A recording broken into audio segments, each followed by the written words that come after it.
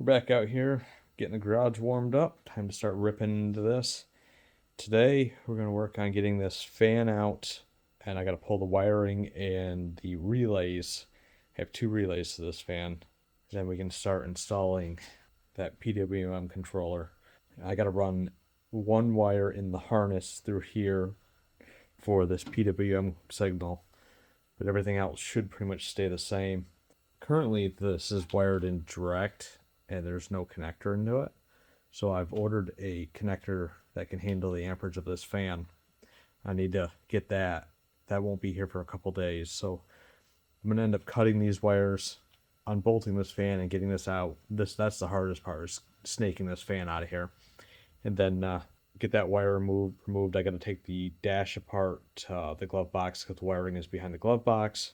Really, this should be a pretty simple mod, and this is going to make a world of difference on the cooling and how this fan works.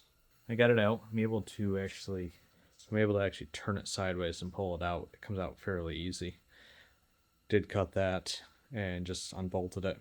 I think what I'm going to do is I want to get this up close to here so it's not right on the side and it won't interfere with me taking this out and putting it back in. There's two mounting holes. I think I'm going to do just like I did here, where I did big fender washers on the bottom. Just drill some holes in the plastic, put the fender washers on, and that should live right there pretty easy. And then this wire right here will go here, but I'm going to unbolt this and turn the motor. And then I'm going to get the connector between these two. It's the other one. Wire for the ECU, it's this wire right here, goes to the motor. Put a connector between the two so I can unplug it. I don't have to worry about cutting the wires if I need to pull the fan, because that's kind of foolish. So I'll get that turned and I'll get some holes drilled into that. I got the PWM relay mounted, bolted through, got some fender washers in the plastic. It's pretty solid. I bought some connectors. I accidentally bought pigtails, so I spliced those in. I was hoping to get just regular connectors, but I didn't pay attention to what I was buying. Then on this side you got ground wire.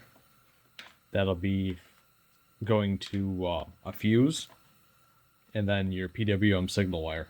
I was going to reuse one of these relays and cut the power to this, but it doesn't seem like it needs to be. There's no power draw on this when left hooked to the battery, and it's not causing any issues with Megasquirt with this being shut off, or with the ECU being shut off and this still having power. So I'm just going to run this to the ECU and not deal with a secondary relay. That makes things a lot less complicated. So, but yeah, this is the old wiring harness right here. I just took that completely out.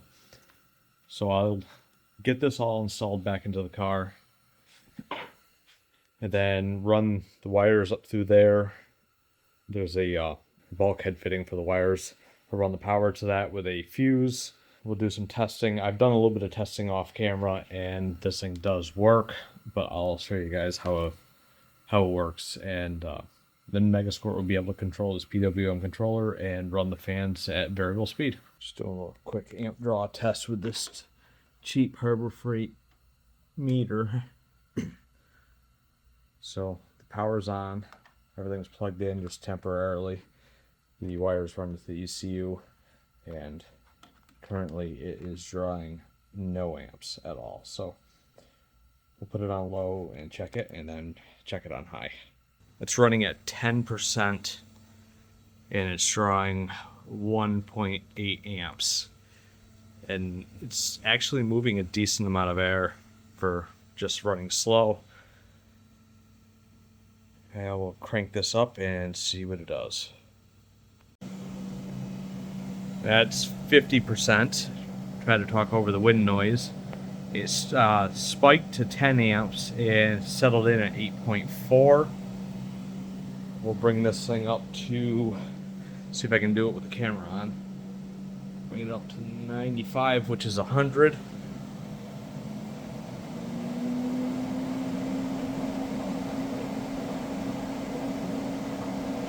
So we're sitting at about 23 amps. Did see a spike in there getting up closer to 30, but that's still a lot less than these usually pull like 80 amps on startup. That's not bad. I'm pretty happy with that.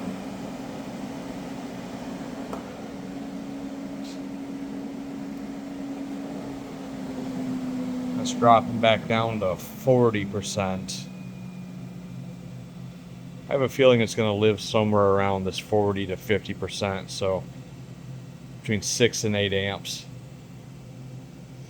Alright, so now it's time to get all this wiring cleaned up, get it loomed and put back together. But pretty much, other than just cleaning things up, this is done. It works. I need to get the fan rebolted in. This is pretty much finished up. Got all the wires zip tied down nicely. I'm not really liking the ground wire yet, but I may move that later. Then ran the harness down alongside here. A couple connectors and a fuse, and then just plugged into the ECU. Now the only thing that's really left to do is do a little bit of fine tuning on it, but I'll get that done here this spring once I get it running again. Up next is this pile of stuff here on the floor for the fuel system.